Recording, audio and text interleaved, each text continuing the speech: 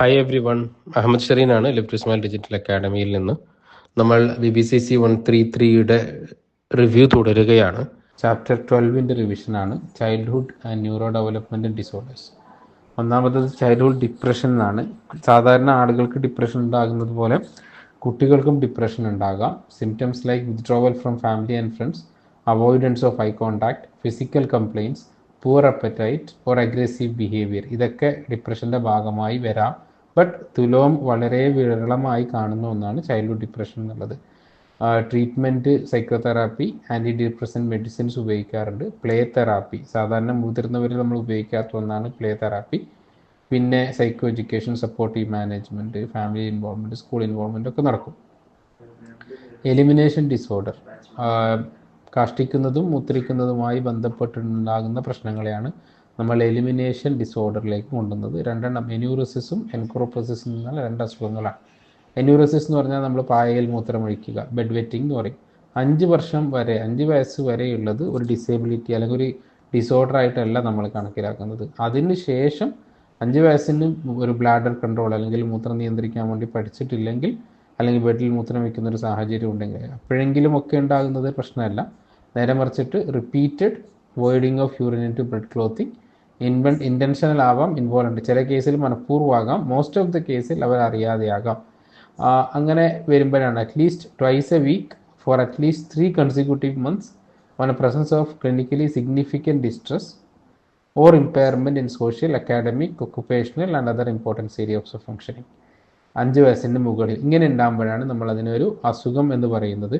പിന്നെ ചിലപ്പോൾ മെഡിസിൻസിൻ്റെ ഭാഗമായി diuretic medicine, antipsychotic medicine, diabetes medicine, spina bifida, seizure disorder, അപസ്മാരം, അതിൻ്റെയൊക്കെ ഭാഗമായിട്ട് ഉണ്ടാകുന്നെങ്കിൽ നമ്മളത് എന്യൂറോസിസ് എന്ന് കണക്ക് കൂട്ടൂല.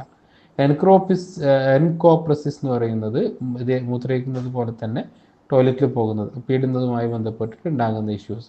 ചിലപ്പോൾ കുട്ടികളിൽ അങ്ങനെ ഉണ്ടാകുന്നു. അത് 4 വയസ്സിന് മുകളിൽ ഉണ്ടെങ്കിലാണ് നമ്മൾ അസുഖം എന്ന രീതിയിൽ പറയാം. Repeated passage of faeces into inappropriate places, വസ്ത്രത്തിലാവാം, തറയിലാവാം, ഇൻവോളണ്ടറി ആവാം, ഇൻറ്റൻഷനൽ ആവാം. Event occurs each month for at least 3 months. Like എല്ലാ മാസത്തിലും ഒരു പ്രാവശ്യം അങ്ങനെ ഉണ്ടായിക്കഴിഞ്ഞാൽ 4 വയസ്സിന് മുകളിലുള്ള കുട്ടികൾക്ക് നമ്മൾ ഈ പറയുന്ന അസുഖം വരും. Oppositional defiant disorder and conduct disorder, കുട്ടികളുടെ ഇടയിൽ ഏറ്റവും വ്യാപകമായി കാണുന്ന ഡിസോർഡറാണിത്. അത് പറഞ്ഞതിന് എപ്പോഴും ഒരു പ്രതിഷേധം എന്ന രീതിയിൽ ഉണ്ടാവുക, എന്താ പറയുക, പറഞ്ഞാൽ കേൾക്കാതിരിക്കുക, എതിര് പറയുക, ഇതൊക്കെയാണ് നമ്മൾ കണ്ടക്ട് ഡിസോർഡർ എന്ന രീതിയിൽ പറയാം. ഒരിക്കലും നമ്മളൊരു നോർമൽ കോഴ്സിലേക്ക് വരാൻ തയ്യാറാവാതിരിക്കുക. പിന്നെ അതാണ് ചിലപ്പോൾ വളരുമ്പോൾ ഈ കണ്ടക്ട് ഡിസോർഡർ നല്ല രീതിയിൽ മാനേജ് ചെയ്യാൻ പറ്റിയില്ലെങ്കിൽ വളരുന്ന സമയത്ത് അവർക്ക് anti social disorder, personality disorder ഉണ്ടാവാനുള്ള സാധ്യത കൂടുതലാണ്. പിന്നെ ജുവനൈൽ ജെനിക്രസി, അതായത് ലോക്കെതിരെ ഉണ്ടാവുക എന്നുള്ളത്. ഇങ്ങനെയുള്ള കുട്ടികൾ ഈ ദേഷ്യം ഉണ്ടാവുക, ആർഗ്യൂയിങ് ഉണ്ടാവുക, refusing instructions, always questioning the rules, non compliant with rule set, ഇതൊക്കെ നമ്മൾ ഈ അസുഖത്തിൻ്റെ ലക്ഷണങ്ങളായും പറയാൻ പറ്റും. കണ്ടക്റ്റിൽ repetitive and persistent pattern of behaviour in a way that violates other people rights or societal norms and are age appropriate, ബാക്കിയുള്ള കുട്ടികളുടെ അല്ലെങ്കിൽ ബാക്കിയുള്ളവരുടെ അവകാശങ്ങൾ നിഷേധിക്കുന്നത്, സാമൂഹികമായ ആവശ്യങ്ങൾ നിഷേധിക്കുന്നത്, ഇതൊക്കെ ഇതിൻ്റെ വരുമ്പോഴാണ് നമ്മൾ ഈ അസുഖം എന്ന് പറയുന്നത്.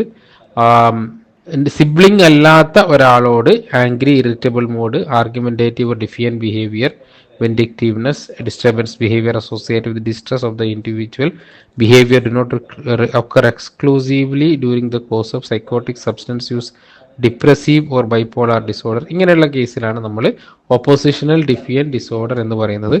Conduct disorder, aggression to people or animals, പേടിപ്പിക്കുക, തള്ളിയിടുക, പിന്നെ അടി ഉണ്ടാക്കുക, bat, brick, broken bottle, knife, gun തുടങ്ങിയ ടോയ്സോ അല്ലെങ്കിൽ ആക്ച്വലായ സാധനങ്ങൾ എടുത്ത് ഉപദ്രവിക്കുക, ഫിസിക്കലി ക്രുവാലിറ്റി ഉണ്ടാവാം, അത് മൃഗങ്ങളോടാവാം, മനുഷ്യരോടാവാം, മോഷണം നടത്തുക, ഡിസ്ട്രക്ഷൻ, അടിച്ചു പൊളിക്കുക, തീ കൊടുക്കുക, ഇതൊക്കെയാണ് നമ്മൾ കണ്ടക്ട് ഡിസോർഡർ എന്ന് പറയുന്നത്. മോഷണം നടത്തുക, പിന്നെ റൂൾസിൻ്റെ വയലേഷൻ, ഇതൊക്കെ ഇതിൻ്റെ ഭാഗമാണ്. ഇനി എന്തുകൊണ്ടുണ്ടാവുന്നു? Neuro psychological studies, poor verbal skill, difficulty with higher order cognitive functioning തുടങ്ങിയ കാര്യങ്ങൾ.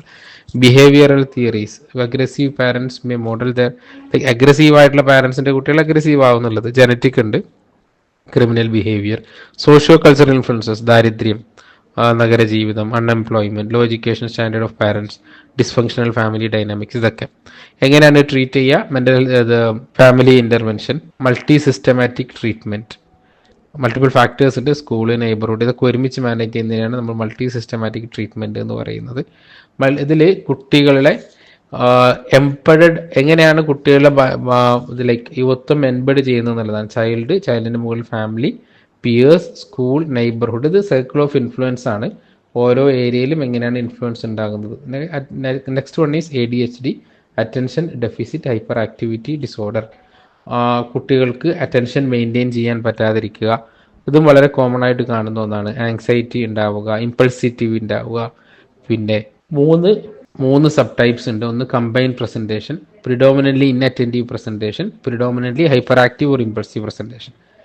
കമ്പൈൻഡ് ആയിട്ട് ഉണ്ടാവുന്നത് ഒന്ന്, അല്ലെങ്കിൽ കൂടുതൽ ഇതാണ് ഇൻഅറ്റൻഷൻ ആണ്, ഹൈപ്പർ ആക്ടിവിറ്റി കുറവ്, അല്ലെങ്കിൽ ഹൈപ്പർ ആക്ടിവിറ്റി കൂടുതൽ, അല്ലെങ്കിൽ ഇമ്പൾസീവ് കൂടുതൽ, ഹൈപ്പർ ആക്ടിവിറ്റി കുറവ്, ഈ രീതിയിലുള്ള ഇഷ്യൂസ് ഉണ്ടാകാം. കുട്ടികൾ ഇൻഅറ്റൻഷനുള്ള കുട്ടികളെ പാരൻസ് എങ്ങനെയാണ് പറയുക, ഡസ് നോട്ട് ഒക്കെ ശ്രദ്ധിക്കുന്നില്ല, പകൽ സ്വപ്നം കാണുന്നു, ലൈക്ക് കാര്യങ്ങൾ നഷ്ടപ്പെട്ടു പോകുന്നു, പെട്ടെന്ന് ചിന്ത പോകുന്നു, ഇങ്ങനെയുള്ള കാര്യങ്ങളൊക്കെയാണ് വരിക. ഇനി ഹൈപ്പർ ആക്ടിവിറ്റിയുടെ പാരൻ്റൽ ഡിസ്ക്രിപ്ഷൻ എന്ന് പറഞ്ഞെങ്കിൽ ഒരു സ്ഥലത്ത് അടങ്ങിയിരിക്കാൻ പറ്റില്ല, എപ്പോഴും ഓടിക്കൊണ്ടിരിക്കുന്നു, എന്തെങ്കിലുമൊക്കെ പിടിച്ച് കയറുന്നു, കുട്ടികളുടെ ഇടയിൽ ഒന്നിച്ച് കളിക്കാൻ വേണ്ടി പറ്റുന്നില്ല, അടിയാവുന്നു, പിന്നെ ഇങ്ങനെ കാലിൻ്റെ അടിയിൽ ഒരു മോട്ടോർ വെച്ചതുപോലെ പോയിക്കൊണ്ടിരിക്കുന്നു.